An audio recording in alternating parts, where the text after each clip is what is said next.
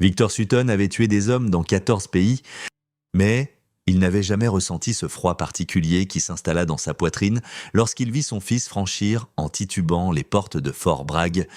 Le matin de Noël, le visage de Jake était méconnaissable, gonflé, violette et noir. Sa mâchoire pendait selon un angle qui retournait l'estomac de Victor. L'adolescent de 19 ans s'effondra dans les bras de son père. Du sang imprégnait la chemise de Victor. « Papa !»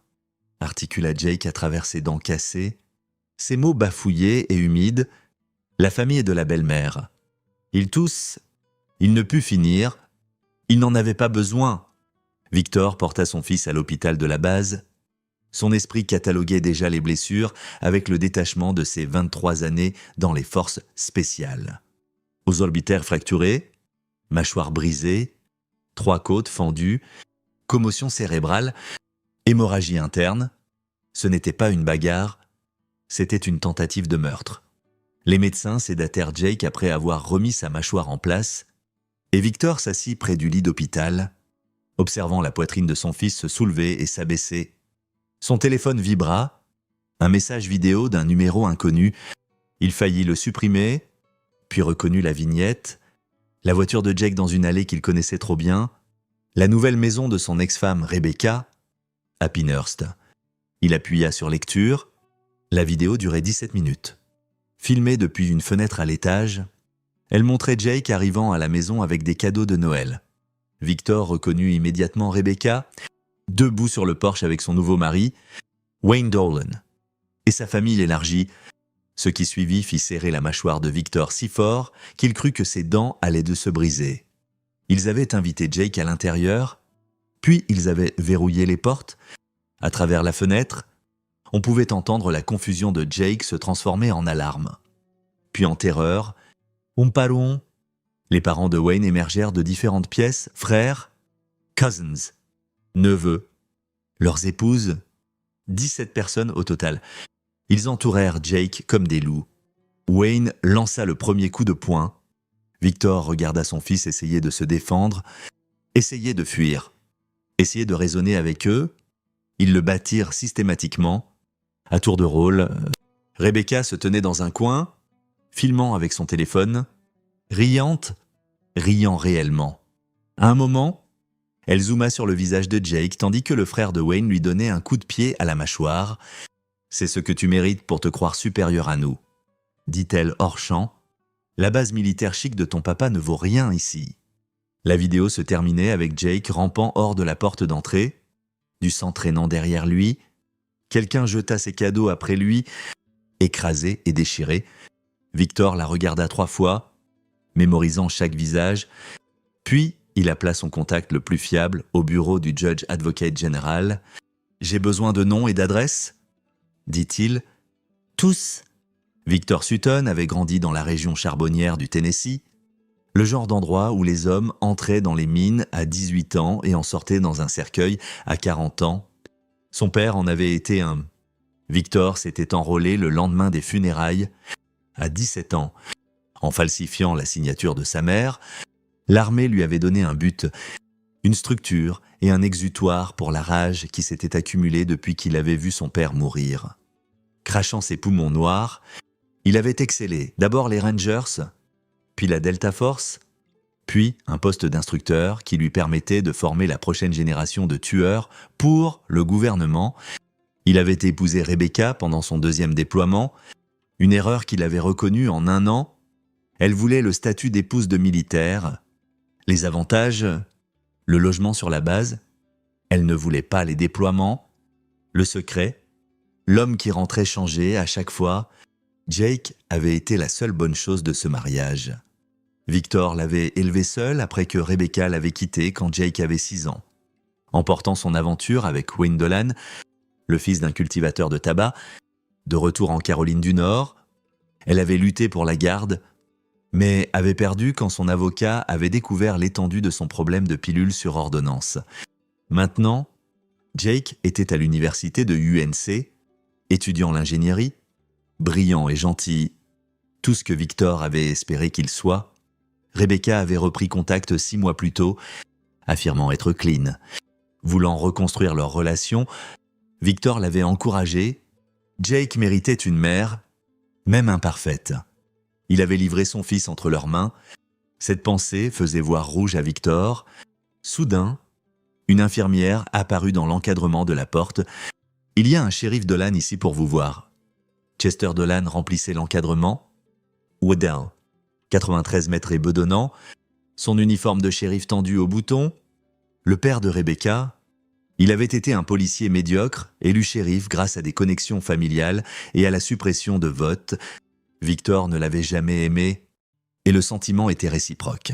« J'ai entendu qu'il y avait eu un incident ?» dit Chester, sans entrer dans la pièce. « Vous voulez me dire ce qui est arrivé à votre garçon ?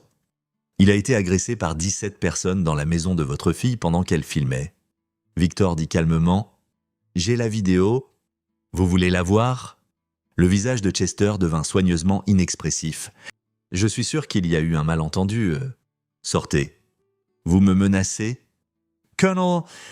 Victor se leva lentement, s'approchant assez pour que Chester doive lever légèrement les yeux. « Je vous dis de quitter cet hôpital avant que j'oublie dans quel pays je suis. Votre fille et sa famille criminelle ont essayé de tuer mon fils la veille de Noël. Si vous êtes ici en capacité officielle, revenez avec un mandat. Si vous êtes ici en tant que famille, vous venez de devenir complice. » La main de Chester descendit vers son arme de service. « Vous n'avez aucune autorité ici. C'est une installation militaire fédérale. Vous n'avez aucune juridiction. Partez maintenant. » Ils se fixèrent un long moment. Chester céda le premier, reculant dans le couloir. « Vous feriez mieux de vous surveiller. Sutton, ma famille n'aime pas les accusations. Ça ressemble à une menace. Shérif, je m'assurerai de l'inclure dans mon rapport. » Après le départ de Chester, Victor passa un appel. « Greg, » dit-il quand son second répondit, « j'ai besoin que tu surveilles une situation. Shérif Chester Dolan. Police de Pinehurst. Je veux savoir chaque mouvement qu'il fait. Que se passe-t-il, monsieur? Affaire familiale. Je te brieferai demain ?» Victor raccrocha et revint au chevet de Jake. Son fils remua, les yeux papillotants. « Papa !» Le mot était à peine audible à travers sa mâchoire fermée par des fils. « Je suis là. Je suis désolé. Je pensais qu'elle voulait arranger les choses. Je pensais... » Des larmes coulaient des yeux gonflés de Jake. Victor prit la main de son fils avec précaution, évitant la perfusion. « Tu n'as rien à te reprocher. Tu essaies de voir le bien chez les gens. Ce n'est pas une faiblesse. Jake, c'est ce qui te rend meilleur qu'eux. Qu'est-ce qu'on va faire ?» Victor resta silencieux un long moment. « On va laisser la loi s'en occuper. » Jake connaissait assez son père pour entendre le mensonge, mais il était trop fatigué et drogué pour argumenter. Il se rendormit, et Victor s'assit dans l'obscurité, à planifier. La loi ne s'en occuperait pas. Chester protégerait sa famille. Même avec la preuve vidéo, il prétendrait à la légitime défense, dirait que Jake avait attaqué le premier, qu'il était ivre ou drogué. Les Dolan possédaient la moitié de Pinehurst à travers diverses entreprises, légitimes ou non.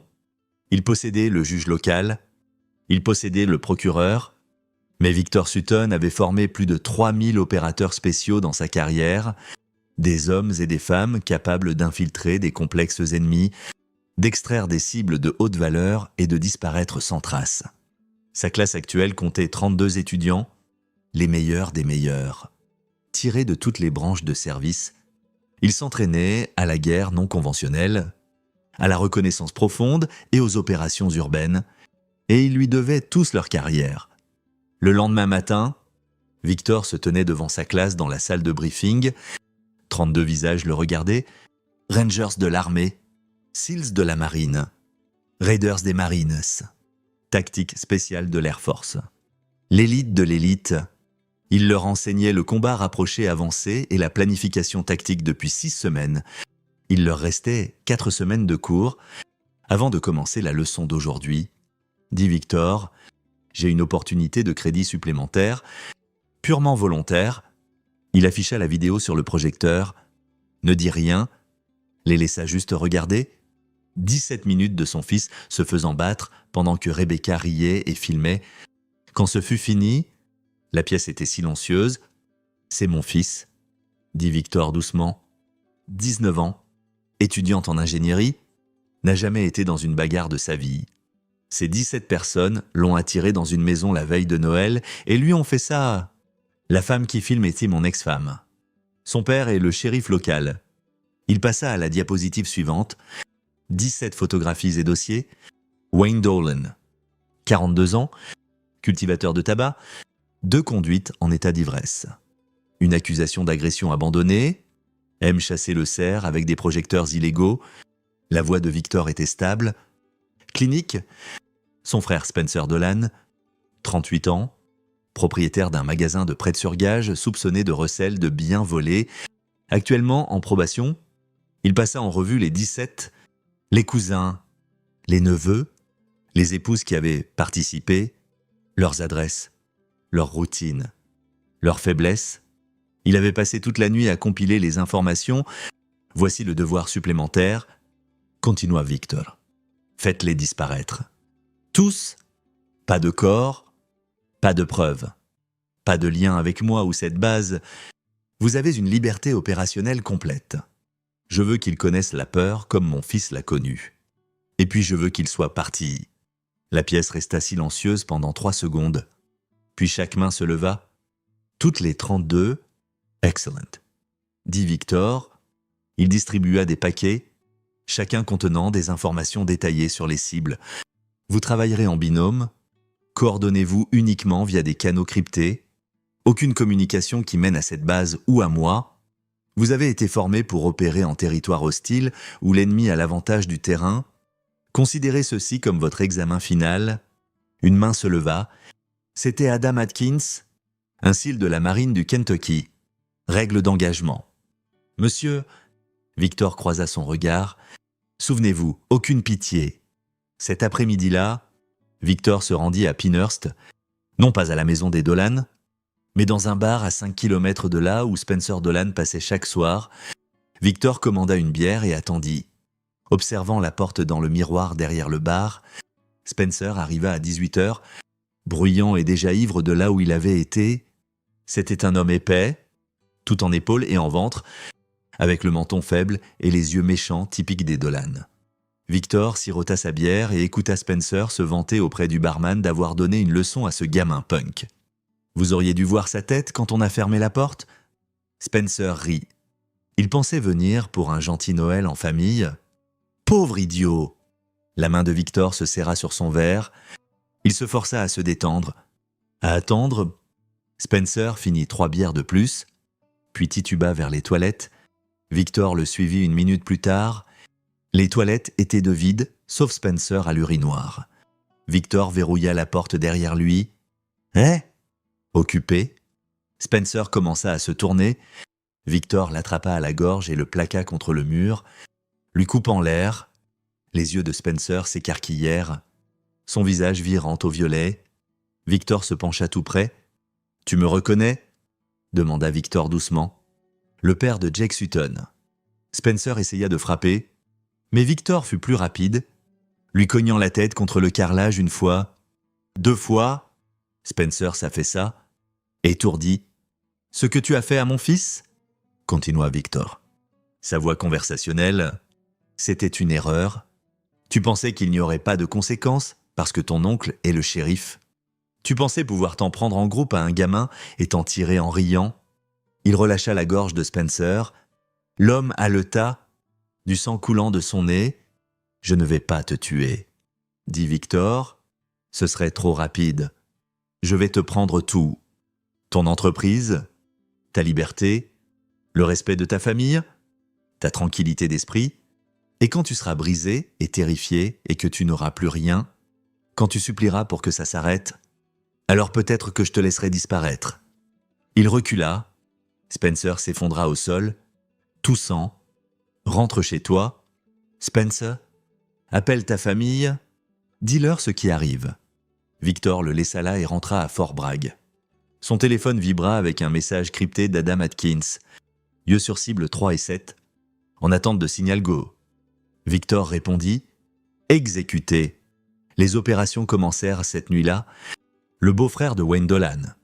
Ryan House dirigeait une petite entreprise de construction. À 2 heures du matin, il dormait chez lui quand son téléphone sonna. Une voix paniquée. Son contremaître dit qu'il y avait eu un accident sur leur chantier actuel. Une rupture de conduite de gaz.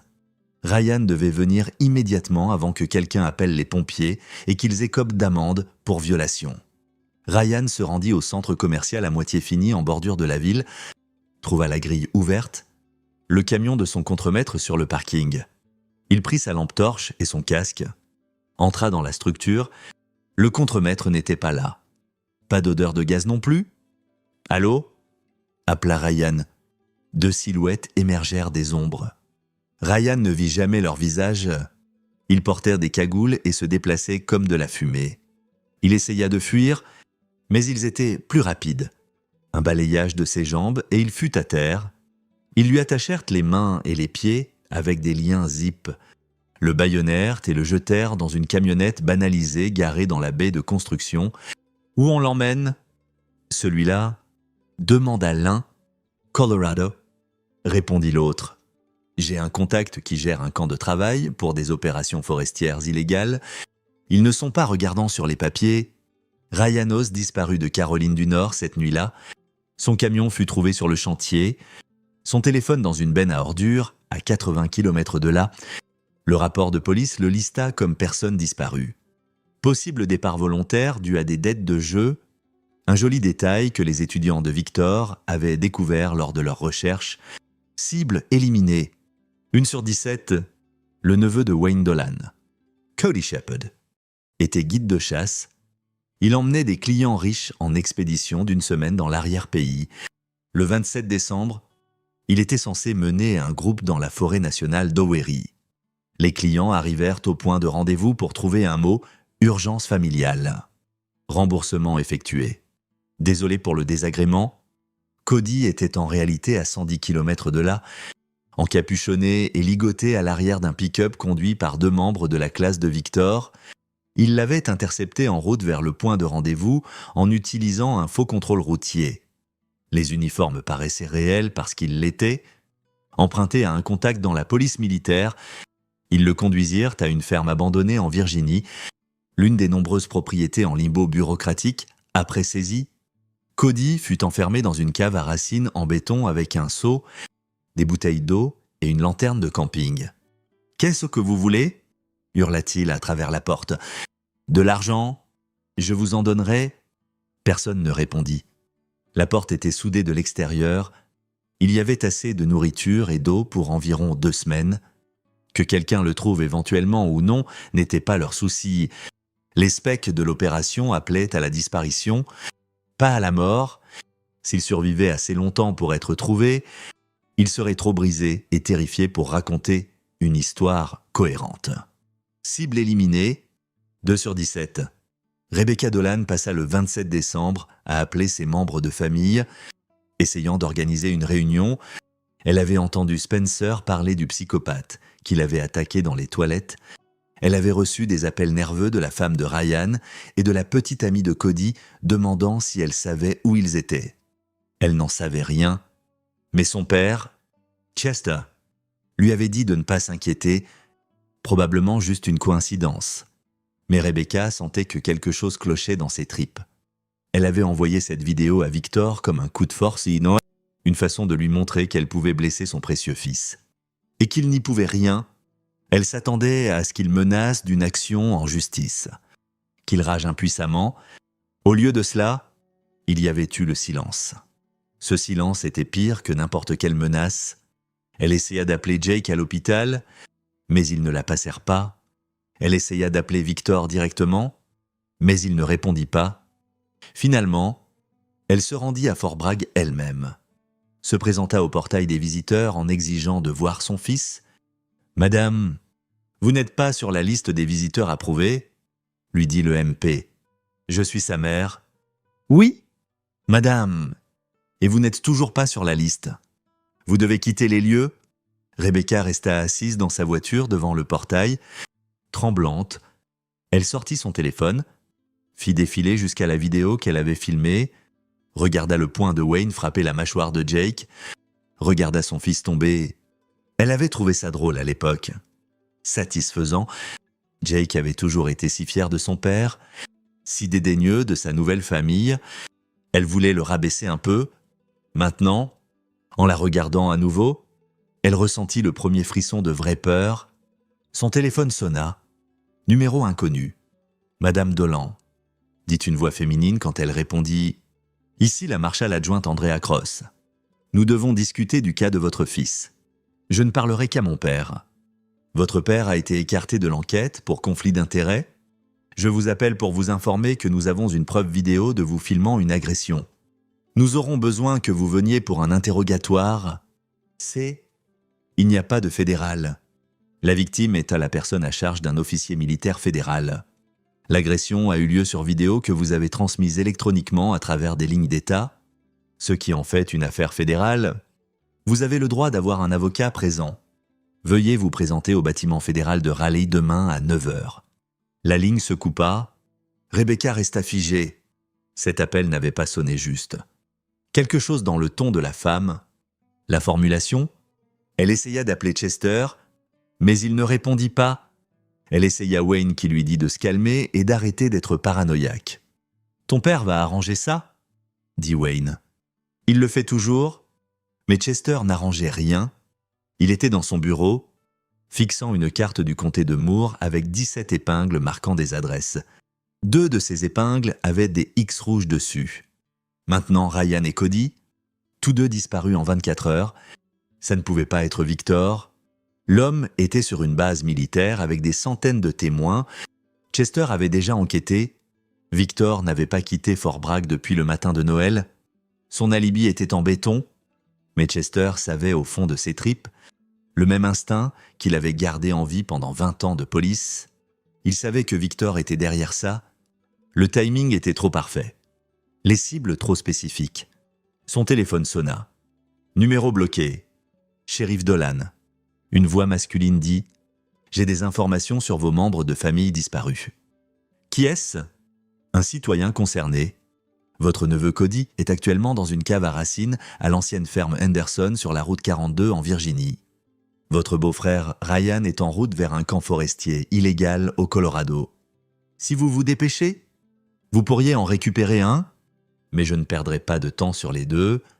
Écoutez, fils de... Vérifiez d'abord la ferme Henderson. Cody n'a que 10 jours de provisions environ. La ligne se coupa. Chester fixa son téléphone. Un piège probablement.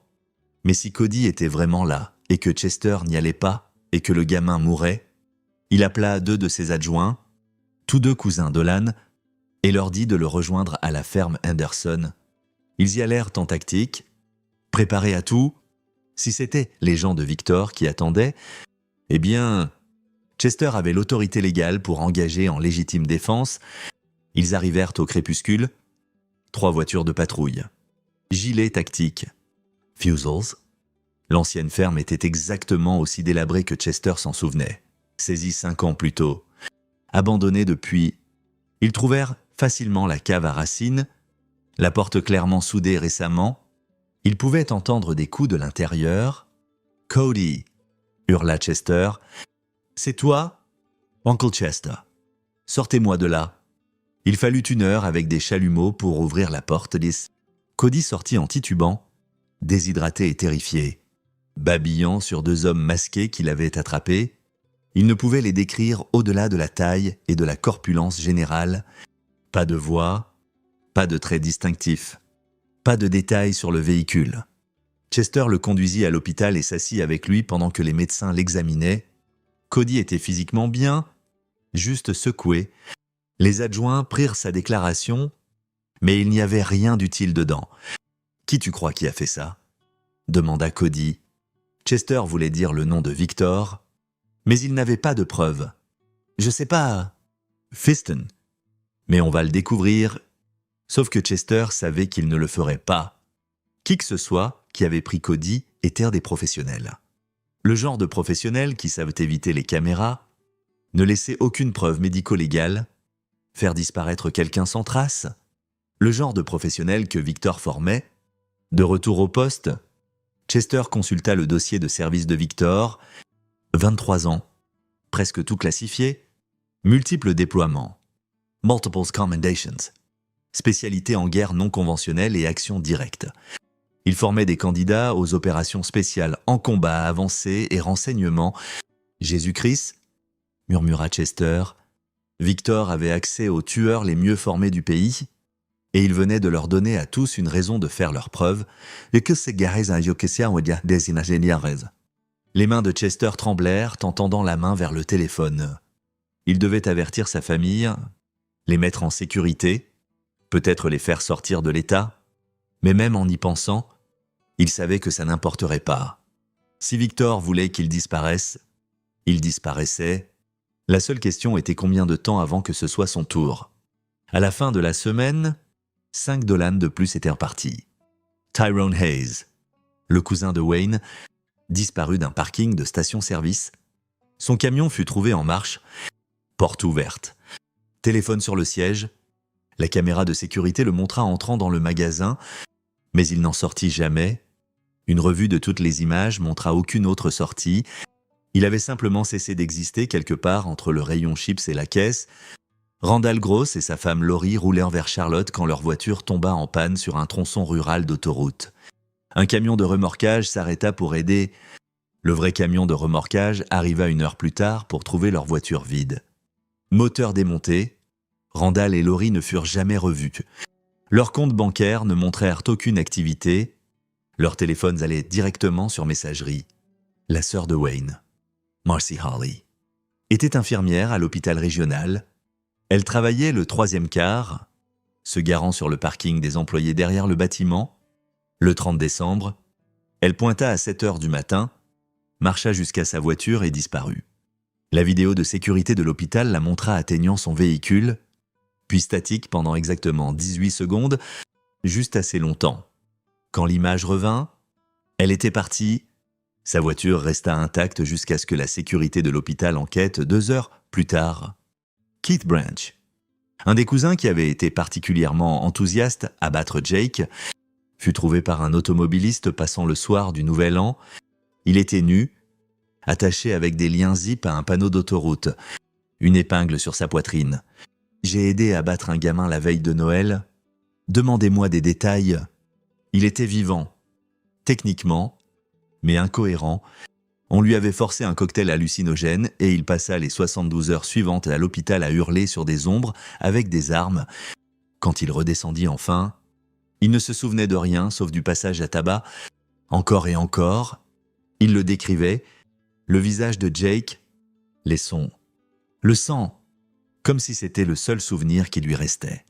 7 cibles abattues, 10 à venir. Les Dolan paniquaient.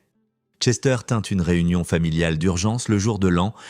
20 personnes entassées dans le salon de Wayne et Rebecca, tous ceux qui n'avaient pas disparu. Chester se tenait au centre, toujours en uniforme de shérif, paraissant plus vieux que ses 59 ans. « C'est l'œuvre de Victor Sutton », dit Chester platement. « Je ne peux pas le prouver en cours, mais on le sait tous.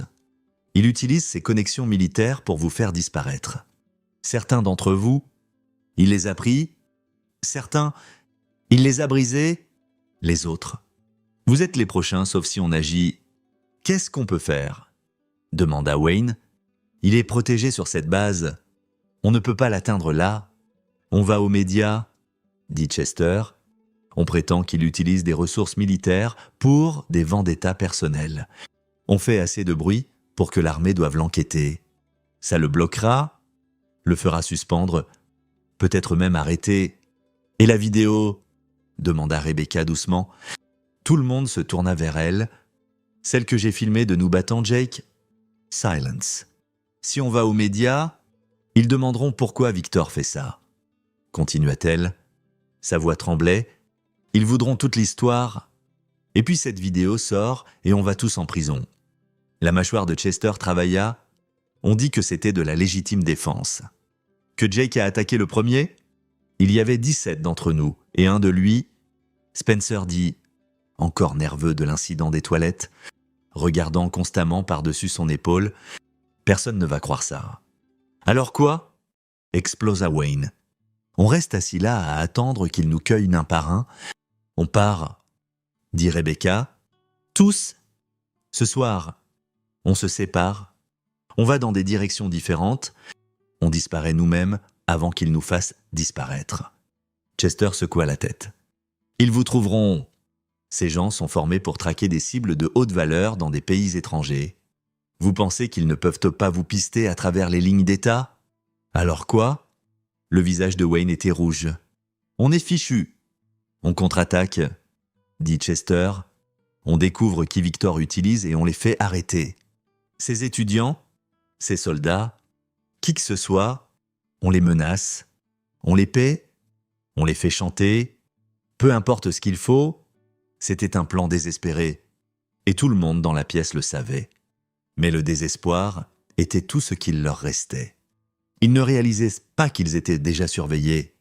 Sur le toit d'une maison, 3 portes plus loin, 2 étudiants de Victor étaient allongés à plat ventre avec des micros directionnels et des caméras haute puissance. Ils avaient enregistré toute la réunion, chaque mot, chaque visage, chaque plan désespéré. On bouge maintenant, demanda l'un. L'autre vérifia sa montre. Le colonel a dit d'attendre qu'ils se séparent. Plus facile de les attraper individuellement que de percer une position fortifiée. Tu penses qu'ils vont vraiment contre-attaquer? Peu importe. Ils sont déjà finis. Ils ne le savent pas encore. Cette nuit-là, alors que les Dolan quittèrent la maison de Wayne et rentrèrent chez eux, 2 de plus disparurent. Arnold Ross, un des neveux, fit la moitié du chemin jusqu'à son camion avant qu'une fléchette le touche au cou. Il se réveilla à l'arrière d'une camionnette déjà à 3 états de là. Sa destination, un centre de formation d'un contractant militaire privé en Arizona qui ne posait pas de questions sur d'où les étudiants de Victor tiraient leurs volontaires pour des entraînements en scénario réel. Virginia Washington, la petite amie de Spencer, qui avait tenu Jake pendant que d'autres le frappaient, marcha jusqu'à sa voiture dans l'allée. La porte était déverrouillée, elle la verrouillait toujours, mais maintenant elle était ouverte. Elle hésita, puis remarqua son téléphone sur le tableau de bord. Elle l'avait laissé dans son sac. Comment était-il arrivé là? Elle le prit, un message texte d'un numéro inconnu. Montée dans la voiture, Virginia se tourna pour fuir. Une silhouette se tenait derrière elle, matérialisée de l'obscurité comme un fantôme. Femme, athlétique, visage obscurci par une cagoule. « Je vous donne un choix », dit la femme. Sa voix était calme, presque gentille. « Montez dans la voiture et conduisez où je vous dis. Ou je vous mets une balle dans la colonne vertébrale ici même. Vous vivrez, mais vous ne marcherez plus jamais. À vous de choisir. » Virginia monta dans la voiture. Elle conduisit pendant 6 heures, sous direction, prenant des routes secondaires à travers la Virginie et en Virginie occidentale. Finalement, elles s'arrêtèrent à un départ de sentier dans les montagnes. « Sortez », dit la femme. Virginia descendit sur des jambes tremblantes. « Vous allez me tuer. Marchez sur ce sentier. Il y a une station de Rangers à environ 24 km au nord. Si vous y arrivez avant l'aube, vous vivez. Si vous vous arrêtez, si vous faites demi-tour, si vous essayez quoi que ce soit d'intelligent, je le saurai, je regarderai. Je ne peux pas. » Il fait glacial. Vous auriez dû y penser avant d'aider à battre un adolescent à moitié à mort. Marchez. Virginia marcha. Elle fit environ 13 km avant que l'hypothermie s'installe. Un ranger forestier la trouva le lendemain matin. Délirante et gelée, elle perdit 3 orteils et 2 doigts. Elle ne raconta jamais à personne ce qui s'était vraiment passé. Comment le pourrait-elle? Qui la croirait? 9 cibles abattues, 8 à venir. Victor s'assit dans son bureau à Fort Bragg, examinant les rapports de ses étudiants. Chaque opération avait été impeccable. Pas de preuves, pas de témoins, pas de pistes. Les Dolan pris étaient dispersés à travers le pays dans divers stades d'enfer. Ceux relâchés étaient trop traumatisés pour fonctionner. Ryanos cassait des pierres au Colorado. Tyrone Hayes était dans une tombe anonyme, pas mort, juste enterré dans un conteneur maritime avec des trous de ventilation et des provisions pour environ 1 mois. Quand il serait déterré, il serait une personne différente. Jake se rétablissait bien, sa mâchoire guérissait, Son moral s'améliorait. Il avait demandé une fois à Victor ce qui arrivait à la famille de Rebecca. La loi s'en occupe, avait dit Victor. Jake savait que c'était seulement partiellement vrai, mais il n'insista pas. Une partie de lui comprenait que son père réglait des comptes de façon que la loi ne pouvait pas. Le téléphone de Victor vibra. Message crypté d'Adam Atkins. Shérif a contacté le bureau local du FBI, prétend que des ressources militaires sont utilisées à mauvais escient pour activités criminelles. Attendez enquête. Victor sourit froidement. Il attendait ça. Chester Dolan faisait son dernier coup. Et c'était exactement ce que Victor avait anticipé. Il décrocha son téléphone de bureau et appela le commandant de la base, le général Raymond Cross. « Monsieur, j'ai besoin de vous briefer sur une situation en développement impliquant ma famille et une potentielle enquête. Venez dans mon bureau, Victor. » Maintenant, 10 minutes plus tard, Victor s'assit en face du général Cross, un dossier entre eux. À l'intérieur, tout, la vidéo du passage à tabac de Jake, documentation de l'historique de drogue de Rebecca, preuve de la corruption de Chester Dolan. Les étudiants de Victor avaient été minutieux dans leurs recherches et un enregistrement complet de chaque action que Victor avait prise depuis Noël. « Jésus, Victor, » dit le général Cross après avoir tout examiné. « Vous jouez avec le feu ?»« Oui, monsieur. Et vous me dites que le shérif Dolan est sur le point de vous accuser d'utiliser du personnel militaire pour une vendetta personnelle. Correct, monsieur? Et vous voulez savoir si je vous couvrirai quand le FBI viendra frapper. Je veux que vous connaissiez la vérité avant qu'ils arrivent. Monsieur, ce que vous décidez d'en faire est votre appel. » Le général Cross se pencha en arrière. Étudiant Victor. Ils avaient servi ensemble en Irak pendant la poussée, s'étaient en sortis mutuellement de plus d'une mauvaise situation. Cross était armé de carrière, mais il était aussi père. Il comprenait. La vidéo seule suffit à les poursuivre tous, dit Cross. Pourquoi ne pas juste la donner au procureur? Parce que Chester possède le procureur. Parce que Rebecca obtiendrait un accord de plaidoyer et sortirait en 3 ans. Parce qu'aucun d'eux ne paierait vraiment pour ce qu'ils ont fait. La voix de Victor était plate. La mâchoire de mon fils était brisée en 3 endroits. « Monsieur, ils ont ri en le battant. Je ne laisserai pas ça passer. » Cross resta silencieux un long moment. « Je n'ai jamais eu cette conversation. Monsieur, quoi qu'il arrive à ces gens à Pinehurst, c'est une affaire de police locale. Je n'ai aucune connaissance d'une implication de mon personnel. Si on me demande, je dirai que vous avez été sur la base continuellement depuis le matin de Noël. Ce qui est vrai, je dirais que votre classe a été engagée dans des activités d'entraînement régulières. Ce qui est aussi vrai, au-delà de ça, je ne sais rien. » Victor se leva. « Merci, monsieur Victor. » La voix de Cross l'arrêta à la porte. « Je ne vous aide pas parce que j'approuve ce que vous faites. Je vous aide parce que je ferai la même chose si quelqu'un blessait mon enfant. Mais quand ce sera fini, on aura une longue conversation sur où est la ligne. Compris? Compris? Monsieur, le FBI arriva à Fort Bragg le 3 janvier. 2 agents, tous 2 jeunes et sérieux, avec des mallettes et des enregistreurs. Ils interrogèrent Victor pendant 4 heures, demandant ses allées et venues depuis Noël, son emploi du temps de classe, ses relations avec les étudiants actuels.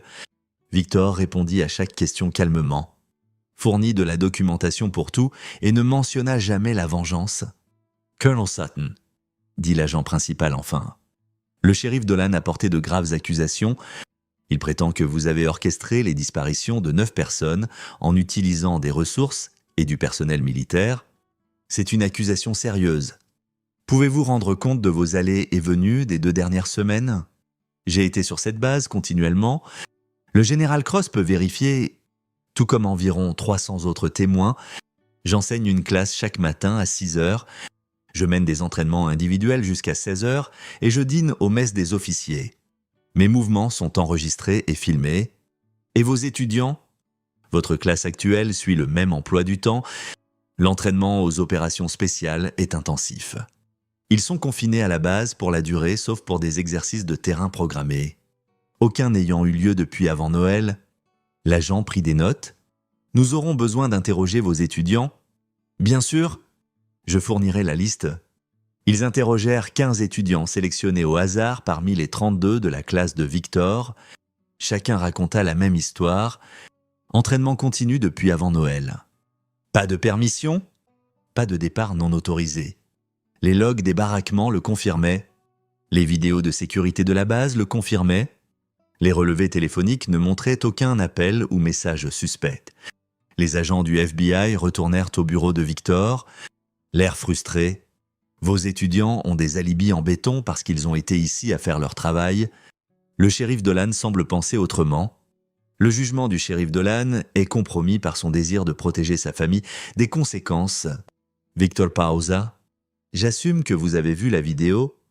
Les agents échangèrent des regards. Oui. Alors, vous savez ce qui est arrivé à Jake? Vous savez qui est responsable? Pourtant, au lieu de les enquêter, vous êtes ici à m'enquêter parce que je ne me suis pas effondré de chagrin. Je suis un officier des forces spéciales. Je gère le trauma en compartimentant. Ce n'est pas un crime. Colonel! 9 personnes connectées à cet incident sont disparues. Et c'est terrible.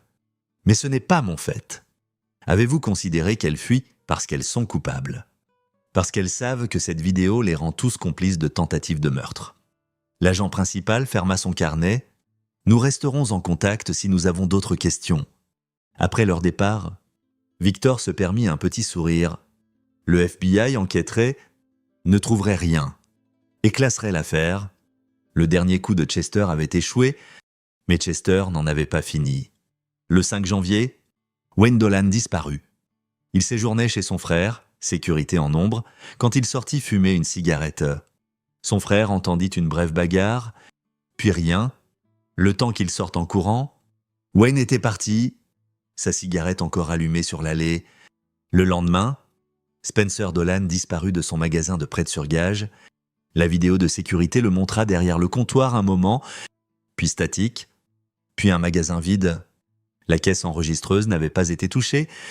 La porte était toujours verrouillée de l'intérieur. 11 cibles abattues, 6 à venir.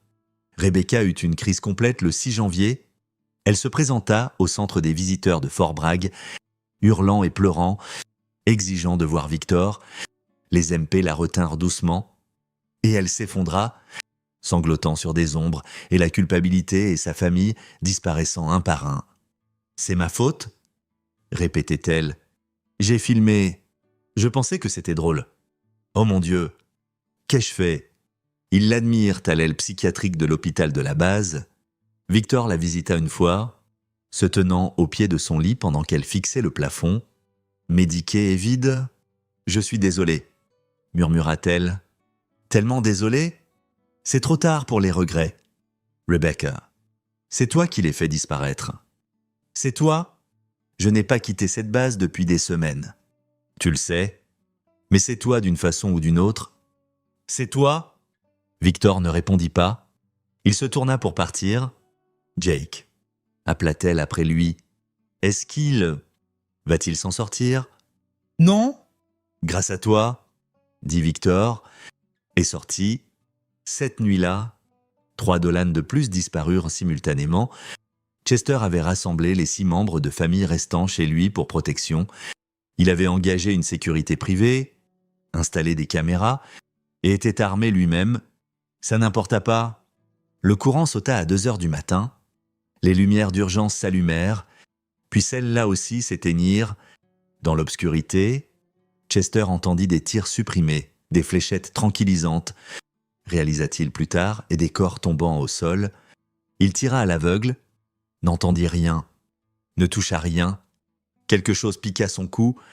Il se réveilla 12 heures plus tard dans son propre lit, seul dans la maison. Tous les autres étaient partis. Sur sa table de cuisine, un ordinateur portable allumé montrant un flux vidéo, 3 flux séparés en fait. Flux 1, Wayne Dolan, dans ce qui ressemblait à un conteneur maritime, faisant les 100 pas et hurlant. Flux 2, Spencer Dolan, dans une pièce en béton, se balançant d'avant en arrière, mains sur les oreilles. Flux 3, les 3 membres de famille restants. Le fils de Chester, Greg, la sœur de Wayne, Natalie, et la mère de Spencer, Edith, dans des cellules de détention séparées, effrayée mais indemne. Un texte apparu à l'écran. Vous avez un choix? Shérif, rendez-vous pour corruption. Avouez avoir couvert l'agression sur Jake Sutton et démissionner, ou je commence à éliminer les otages un par un. Vous avez 24 heures. Chester fixa l'écran, main tremblante. Son téléphone sonna. Numéro de Victor. Fils de pute, répondit Chester. Shérif, la voix de Victor était calme. Je vous ai dit de le prouver. Vous n'avez pas pu. Maintenant, nous y voilà. C'est de l'enlèvement, du terrorisme. Je vais... Vous ne ferez rien parce que si vous essayez quoi que ce soit, si vous appelez qui que ce soit, si vous sortez ne serait-ce que par votre porte d'entrée sans faire ce que j'ai demandé, les gens commencent à mourir. Pas de mes mains, shérif, des vôtres. Ce sont ma famille. Jake est ma famille. Vous vous en fichiez la veille de Noël. Il va bien? Il se remet. Vous pensez que ça rend ça ok? Pour la première fois, la voix de Victor monta avec colère. Vous pensez que parce qu'il a vécu, ce que votre famille a fait est en quelque sorte moins monstrueux? Ils ont essayé de le tuer pour s'amuser, pour le divertissement, parce que Rebecca voulait se venger de moi pour avoir quitté son cul de drogué il y a des années. Chester ne put répondre. 24 heures, continua Victor. Sa voix froide à nouveau. Avouez, démissionnez, assumez la responsabilité, ou je ferai à votre famille ce que vous avez tous essayé de faire à mon fils. Sauf que je suis meilleur à ça. La ligne se coupa. Chester s'assit dans sa cuisine pendant des heures, fixant les flux. Son fils avait l'air terrifié mais indemne. Les autres aussi. Ils avaient de la nourriture, de l'eau, des commodités basiques, mais le message était clair. Ils étaient complètement à la merci de Victor. Il pensa à appeler le FBI, la police d'État, n'importe qui. Mais que leur dirait-il? Que l'homme qu'il avait accusé d'utiliser des ressources militaires pour vengeance l'avait prouvé en enlevant 6 personnes sans quitter sa base? Il ne le croirait jamais. Il ne les trouverait pas à temps. Chester Dolan avait été flic pendant 30 ans. Il avait plié les règles. Pris des pots de vin, protégé sa famille des conséquences. Ça avait été une bonne vie, confortable, puissante, mais maintenant cette vie était finie. Victor l'avait démantelée avec une précision chirurgicale. À l'aube du 7 janvier, Chester Dolan entra au tribunal du comté de Moore et demanda à parler au procureur. Il apporta avec lui un ordinateur portable contenant la vidéo de Rebecca du passage à tabac de Jake, des documents prouvant qu'il avait couvert des crimes précédents de la famille et des preuves de pots de vin qu'il avait pris au fil des ans. « Je veux l'immunité complète pour mon fils? Ma nièce est la mère de Spencer, » dit Chester. En échange, je plaide coupable à tout. Conspiration, obstruction, corruption. Tout. Le procureur le fixa. Chester, qu'est-ce que c'est que ça? Faites-le juste.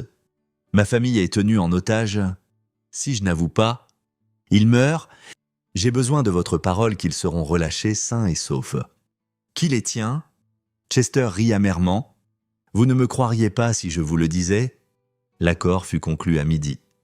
Chester avoua tout, démissionna comme shérif et accepta un plaidoyer pour 15 ans en prison fédérale. Son fils, sa nièce et la mère de Spencer furent relâchés ce soir-là, trouvés indemnes sur un parking d'air de repos en Caroline du Sud sans mémoire de comment ils y étaient arrivés. Wayne! Spencer et les autres ne furent de jamais trouvés. Officiellement, ils restaient des personnes disparues. Officieusement, ils purgeaient des peines à vie dans des endroits bien pires que n'importe quelle prison. Certains dans des camps de travail forcé, certains dans des essais de drogues expérimentaux, certains simplement enfermés où personne ne les trouverait jamais. Les étudiants de Victor avaient été créatifs avec leur placement. Jake Sutton se remit complètement de ses blessures. Il revint à UNC en février, se plongea dans ses études et diplômé avec mention. Il ne demanda jamais à son père de détails sur ce qui était arrivé à la famille de Rebecca. Il n'en avait pas besoin. Rebecca passa 6 mois en soins psychiatriques, puis fut relâchée dans un établissement de vie supervisé. Elle ne se remettrait jamais complètement de la culpabilité et du trauma.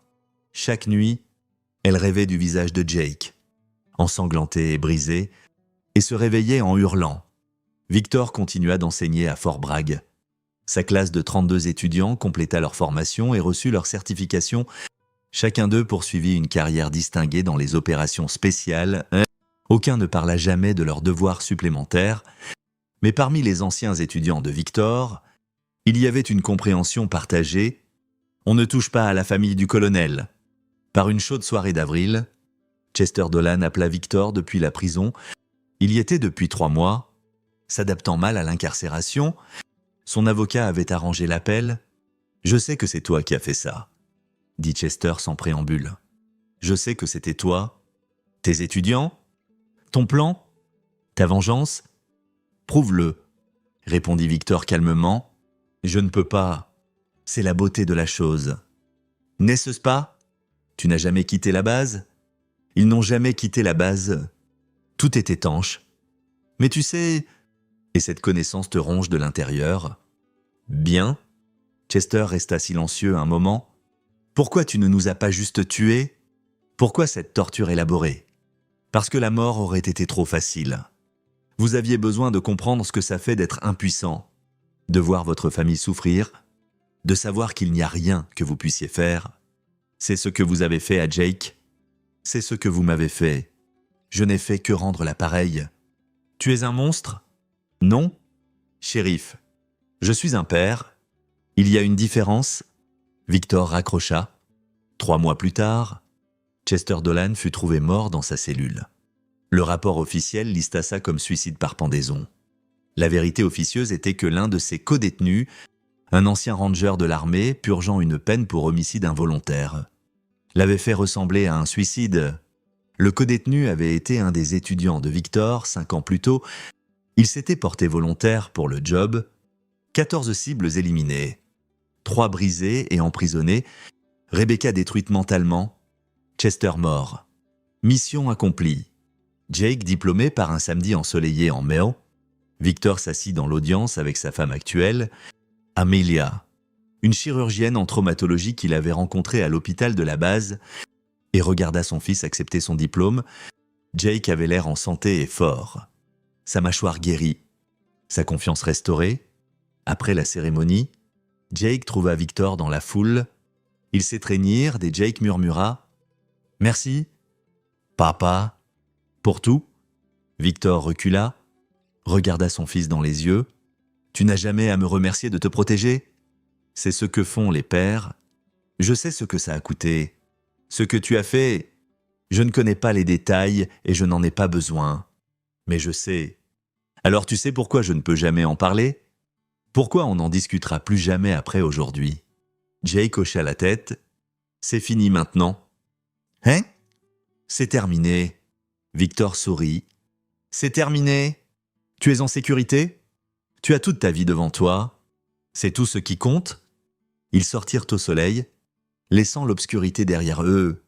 Jake deviendrait un ingénieur accompli, se marierait, aurait ses propres enfants, il leur parlerait de leur grand-père, l'officier décoré des forces spéciales qui enseignait aux soldats comment protéger leur pays.